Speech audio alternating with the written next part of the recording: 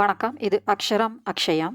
இன்றைக்கி நம்ம விஷாரத் பூர்வாதில் ஹிந்தி நிபந்து சங்கலன் அதாவது கட்டுரை தொகுப்பு அப்படின்னு எடுத்துக்கலாம். இதுக்கு அர்த்தம் எப்படின்னா ஹிந்தி கட்டுரை தொகுப்பு அப்படிங்கிற இந்த புத்தகத்தில் இருக்கக்கூடிய முதல் கட்டுரையை நம்ம பார்க்க போகிறோம். முதல் நிபந்து பார்க்க போகிறோம். வாங்க பார்க்கலாம். பாரத் கி சிக்ஷா பிரணாலி, பாரதத்தின் கல்விக் கொள்கை எப்படி இருக்குது. ரூப்ரேகா, பிரஸ்தாவனா, முன்னுரை. பிராச்சீன் கால் கி சிக்ஷா பிரணாலி, பழங்காலத்தில் இருந்த கல்விக் கொள்கை கல்வி முறை. முகல் கால்மே சிக்ஷா பிரணாலி, முகலாயர் ஆட்சியில் நம்முடைய கல்வி எப்படி இருந்தது. அங்கிரேசி சாசன் மே சிக்ஷா பிரணாலி, ஆங்கிலேயர் ஆட்சியில் எப்படி இருந்தது. ராஜநைதிக் சேத்தனா, அரசியல் விழிப்புணர்வு. சிக்ஷா சாஸ்திரியோं के विचार, கல்வி அறிஞர்களின் எண்ணம் கருத்து. உபசங்ஹார், முடிவுரை. இப்போ ஒவ்வொரு தலைப்பின் கீழையும் நம்ம பார்க்கலாம். प्रस्तावना, भारत सारे संसार में ज्ञान और विद्या का केंद्र माना जाता था. பாரதம் இந்த உலகத்திலேயே சாரே சன்சாரமே ஞான் ஒரு வித்யா, அறிவுக்கும் கல்விக்கும் ஒரு மையமாக மானாஜாத்தா கருதப்பட்டது. கேந்திர அப்படின்னா மையம். दूर दूर के देशों से लोग विद्या प्राप्त करने के लिए भारत आया करते थे और आज भी आया करते हैं. தூரத்திலிருந்து ரொம்ப தொலைவில் இருக்கக்கூடிய தேசத்தில் இருந்தெல்லாம் நாட்டில் இருந்தெல்லாம் வித்யா பிராப்தி கர்னே கேலியே, கல்வியை பெறுவதற்காக பாரதத்தினுடைய சிறப்பு அவங்க கேள்விப்பட்ட உடனே இங்கே வந்து படிக்கணும் அப்படின்னு நினச்சாங்க. பாரத் ஆயா கர்த்தேத்தே, பாரதத்திற்கு வருவதை வழக்கமாக கொண்டிருந்தார்கள். ஆயா கர்த்தேத்தேனா அதை வழக்கமாக செஞ்சிட்டு இருந்தாங்க. ஆஜ் பி ஆயா கர்த்தே ஹேன், இப்பொழுதும் அது நடந்துட்டு தான் இருக்குது, வந்துக்கிட்டு தான் இருக்காங்க. மௌரிய கால்மே தக்ஷசிலா விஸ்வவித்யாலய, गुप्त काल में नालंदा और विक्रमशिला विश्वविद्यालय की ख्याति देश विदेश में थी. ஸோ தக்ஷசிலா அப்படிங்கிறது மௌரிய காலத்தில் இருந்த விஸ்வவித்யாலய, யூனிவர்சிட்டி. வித்யாலயன ஸ்கூலு, மகா வித்யாலயங்கிறது காலேஜ், விஸ்வவித்யாலயன யூனிவர்சிட்டி பல்கலைக்கழகம். குப்த காலத்தில் நாலந்தா விக்ரமஷிலா அப்படிங்கிற 2 யூனிவர்சிட்டி ரொம்ப விஸ்வ வித்யாலயா இதனுடைய கியாத்தி, இதனுடைய புகழ் தேஷ் விதேஷ் மேத்தி, இங்கே உள்நாட்டில் மட்டும் இல்லை வெளிநாடுகளிலும் இருந்தது. அதனுடைய புகழ் பரவி இருந்தது. இஸ் பிரகார் மனுஷ்ய में छिपी हुई संपूर्णता को प्रत्यक्ष करने का काम शिक्षा निरंतर कर रही है. இவ்வாறு மனுஷ்யமே சிப்பி ஹுயி, மனிதனுக்குள் மறைந்திருக்கக்கூடிய சம்பூர்ணதா முழுமை தன்மை, அதை பிரத்யக்ஷ கர்ணேக்கா வெளிப்படுத்துறதுக்கு அவனவனுக்குன்னு ஒரு திறமை நிறைஞ்சி இருக்கும் இல்லையா. முழு திறமை ஒன்று அவனே அறியாமல் நிறைஞ்சி இருக்கும். அதை கல்வி கற்கும்போது அவன் வெளிப்படுத்துகிறான். எந்த அளவுக்கு தனக்கு அது முடியுது அப்படிங்கிறத அவன் வெளிப்படுத்துகிறான். பிரத்யக்ஷ் அப்படின்னா வெளிப்படையாக சொல்கிறது. காம் சிக்ஷா நிரந்தர் கர் ரஹி ஹை, அப்படி அந்த வெளிக்கொணர்வதற்கான அவனுடைய முழு திறமையையும் வெளிக்கொணர்வதற்கான வேலையை, காம் வேலையை, சிக்ஷா கல்வி, நிரந்தர் கர் ரஹி ஹை தொடர்ந்து செய்து வருகிறது. பிராச்சீன் கால் கி சிக்ஷா பிரணாலி, பழங்காலத்தில் இருந்த சிக்ஷா பிரணாலி கல்வி முறை எப்படி. ஷகோं और होनों के आक्रमणों से शिक्षा का ह्रास हुआ. ஆரம்பத்தில் எல்லாம் நல்லா தான் போய்கிட்டு இருந்தது. ஷக்கர்கள், ஹூணர்கள் இவங்கெல்லாம் இதை நம்ம நாட்டை ஆக்கிரமணம் செய்யும்போது, ஆக்கிரமிக்கும்போது நம்மளுடைய கல்வி என்ன செய்தது, நசுங்கியது. ஹ்ராஸ், அதனுடைய தொய்வு ஏற்பட்டது, தேய தொடங்கியது அப்படின்னு சொல்கிறாங்க. அதனுடைய அழிவு கொஞ்சம் கொஞ்சமாக அழிய ஆரம்பித்தது. உஸ்கே பாத் விஜேதா முசல்மானோனே அநேகோं புஸ்தகாலயோं को ஜலாக்கர் ராக்கு கருதியா.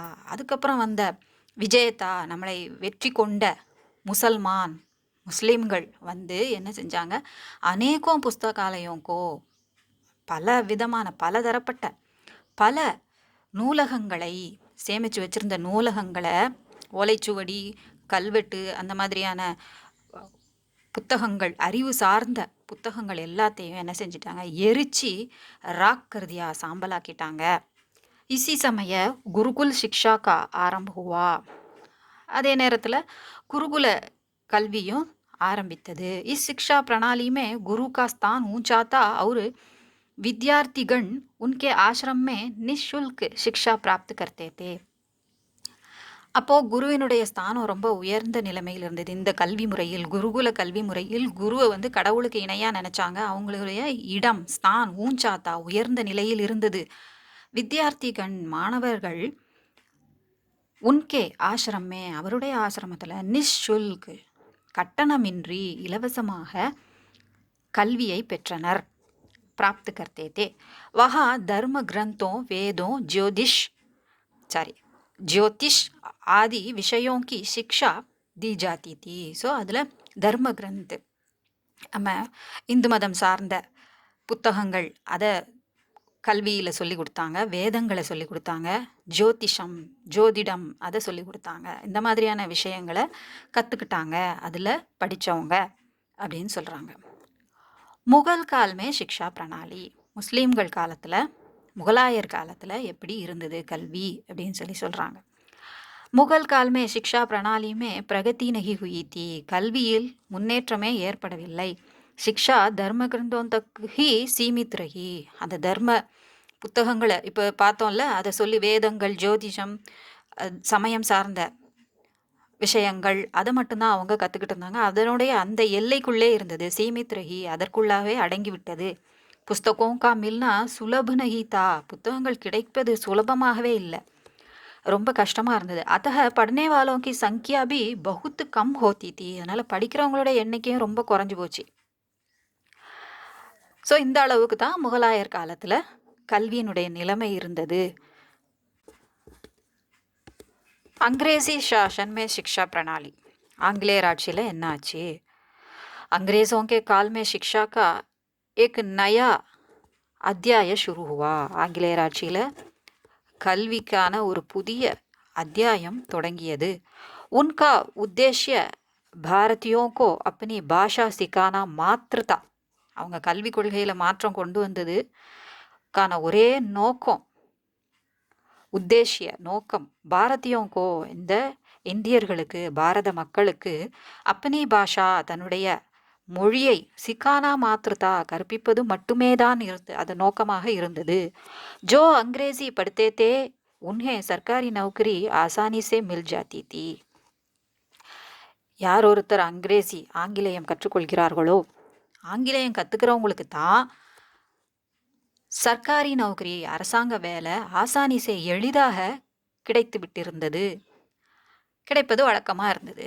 இஸ்காரன் அங்கிரேசி கா பிரச்சார் தேஜி சே ஹோனே லகா. ஸோ வேலை கிடைக்குது அப்படின்னு தெரிஞ்ச உடனே அதனுடைய பிரச்சாரம் அது எப்படி பரவிச்சின்னா ரொம்ப வேகமாக பரவிருச்சின்னு சொல்கிறாங்க. தேஜிசே ரொம்ப வேகமாக பரவ ஆரம்பித்தது, அதனுடைய பரவல் மிகவும் வேகமாக இருந்தது. सरकारी नौकरी प्राप्त करने वाले भारतीय यह भूल जाते थे कि அரசாங்க வேலை கிடைக்குது அப்படின்னு சந்தோஷப்பட்டாங்களே தவிர அவங்க எதை மறந்தாங்க?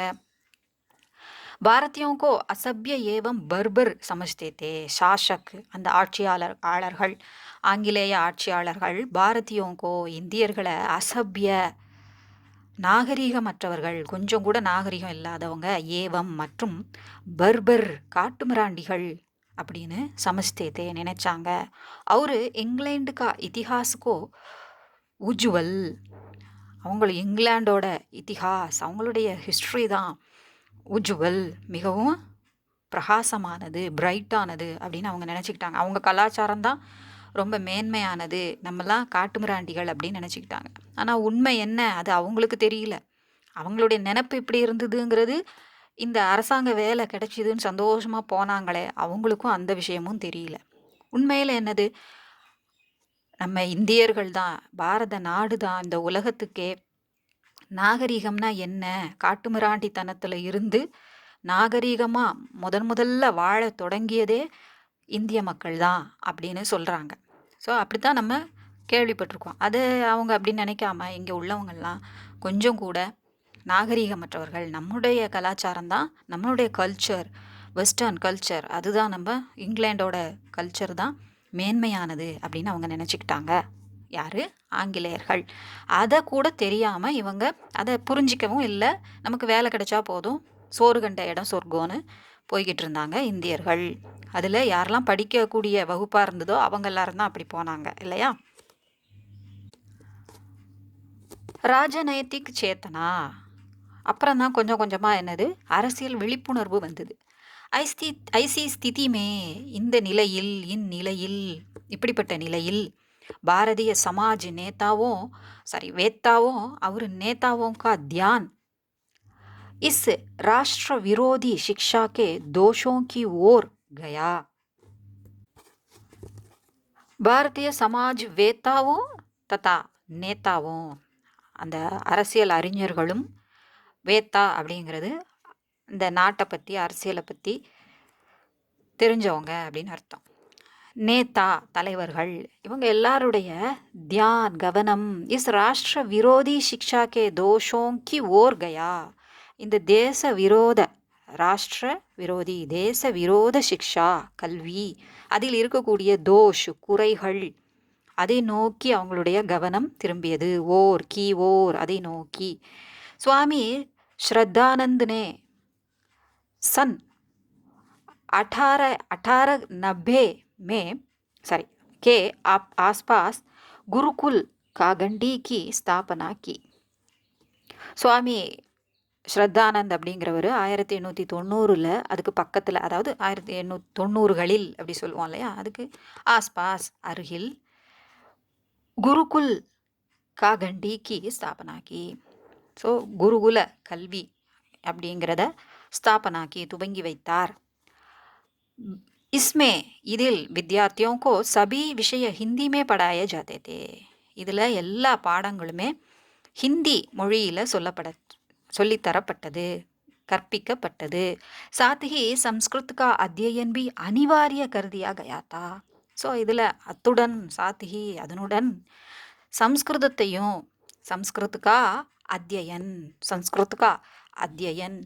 சம்ஸ்கிருத கல்வியும் அனிவாரிய ரொம்ப முக்கியம், கம்பல்சரி அப்படின்னு சொல்லிட்டாங்க.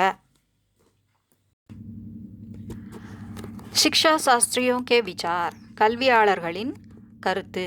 बेरोजगारी के फैलने के डर से महात्मा गांधी ने पुस्तकीय शिक्षा के साथ साथ उद्योग धंधे और कला कौशल्य सिखाए जाने पर जोर दिया, जिससे विद्यार्थी अपने पैरों पर खड़ा रह सके. ஸோ மகாத்மா காந்தி என்ன செஞ்சார்?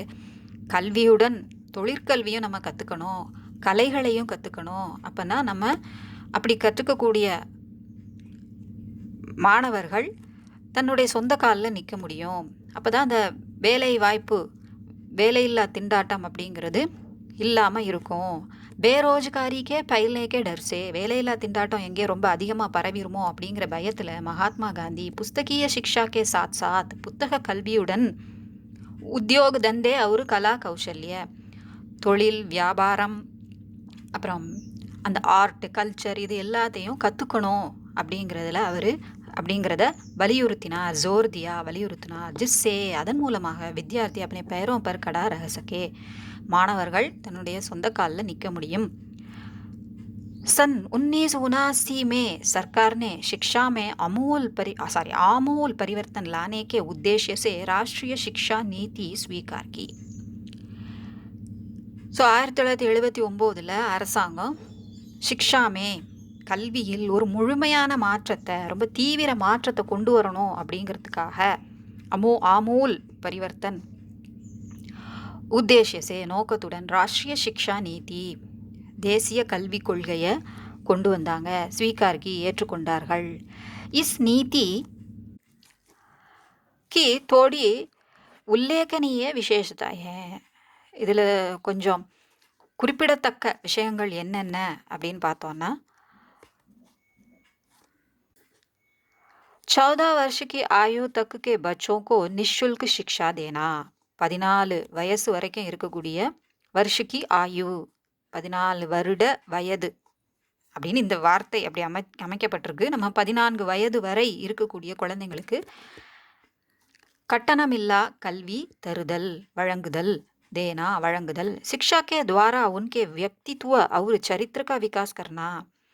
கல்வியின் மூலமாக அவனுடைய வியக்தித்துவ, அவனுடைய பர்சனாலிட்டியை உயர்த்தணும், வளர்க்கணும். அதோட சரித்திர கேரக்டரையும் அவனை நல்ல முறையில் வளர்த்து கொண்டு வரணும். விகாஸ் கர்னா, அதை அதிகரித்தல், வளர்த்தல்.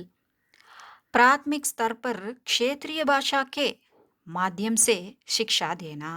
பிராத்மிக் பிரைமரி லெவலில் அடிப்படை கல்வி கொடுக்கும்போது க்ஷேத்ரிய பாஷா அவங்கவுங்க ஏரியாவில் பிரதேசத்தில் இருக்கக்கூடிய மொழியில், அந்த பிரதேசத்தில் எதில் வாழ்கிறாங்களோ அவங்க மொழியிலேயே, அவங்களுடைய தாய்மொழியிலேயே அவங்க அந்த கல்வியை கற்றுக்கணும். அப்போ தான் அது புரியும் அப்படிங்கிறத கருத்தாக வச்சுருந்தாங்க அவங்க.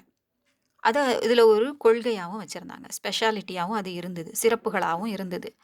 माध्यमिक स्तर पर उद्योग धंधों तथा शिल्पों की शिक्षा अवश्य देना आदि. ஸோ மாத்தியமிக் மிடில் கிளாஸ் வரும்போது கொஞ்சம் கொஞ்சமாக தொழிற்கல்வியும் அவங்களுக்கு சொல்லி கொடுக்கறது, வியாபாரம், தொழில், இந்த மாதிரியான இதுகளை அடிப்படையிலேருந்து கொஞ்சம் கொஞ்சமாக கொண்டு போகிறது. அப்புறம் ஷில்போங்கி சிக்ஷா, கலைகளையும் அவங்களுக்கு சொல்லி, ஆர்ட் கல்வியையும் அவங்களுக்கு, ஆர்ட் எஜுகேஷனும் அவங்களுக்கு கொடுக்கறது, ட்ரைனிங் கொடுக்கறது. அவசிய தேனா சிக்ஷா அவசிய தேனா, கண்டிப்பாக அதை கொடுக்கணும் அப்படிங்கிறதையும் அவங்க கொண்டு வந்தாங்க. அதுவும் இதனுடைய சிறப்புகளாக இருந்தது. उपसंहार முடிவுரை. अब सरकार पंचवर्षीय योजनाओं के द्वारा शिक्षा प्रणाली के सुधार की ओर काफ़ी ध्यान दे रही है. ஸோ இப்போ அரசாங்கம் பஞ்சசீல கொள்கை, 5 இயர் பிளான், 5 ஆண்டு திட்டம், இதன் மூலமாக கே துவாரா மூலமாக சிக்ஷா பிரணாலி கே கல்வி கொள்கையில், கல்வி அமைப்பில் சுதார், அதனுடைய மாற்றம், முன்னேற்றத்தை கொண்டு வரணும், திருத்தம் கொண்டு வரணும் அப்படிங்கிறதுக்காக காஃபி தியான், ரொம்ப அதிகமாகவே போதுமான அளவு கவனத்தை செலுத்தி வருகிறது, கவனம் எடுத்து வருகிறது. सरकार का लक्ष्य है कि सारे बच्चे विद्यालय जाएं और प्रौढ़ भी साक्षर हों. அரசாங்கத்தோட முக்கியமான நோக்கம் என்னவா இருந்தது? எல்லா குழந்தைங்களும் பள்ளிக்கு செல்லணும், அவர் பிரௌಢ பி சாக்ஷர் ஹோ, முதியோர்களும் பெரியவங்களும் மூத்தவர்களும் சாக்ஷர், எழுத படிக்க தெரிஞ்சவங்களா இருக்கணும். आशा है कि यह नई शिक्षा प्रणाली देश के लिए लाभकारी सिद्ध होगी. ஸோ இந்த புது கல்விக் கொள்கை அப்படிங்கிறது, புதிய கல்விக் கொள்கை அப்படிங்கிறது இந்த தேசத்திற்காக லாபகாரி சித்துஹோ, உபயோகரமாக இருக்கும் அப்படின்னு நம்புவோம். சித்துஹோ நமக்கு புலப்படும் அப்படின்னு நினைக்கிறோம், ஆஷான எதிர்பார்க்கிறோம் அப்படின்னு சொல்லி முடிக்கிறாங்க இந்த கட்டுரையை. இது உங்களுக்கு யூஸ்ஃபுல்லாக இருந்திருக்கும்னு நினைக்கிறேன். பிடிச்சிருந்தா லைக் பண்ணுங்கள், ஷேர் பண்ணுங்கள், சப்ஸ்கிரைப் பண்ணுங்கள். சப்ஸ்கிரைப் பண்ணவங்களுக்கு நன்றி. All the best. நன்றி, வணக்கம், தன்யவாத்.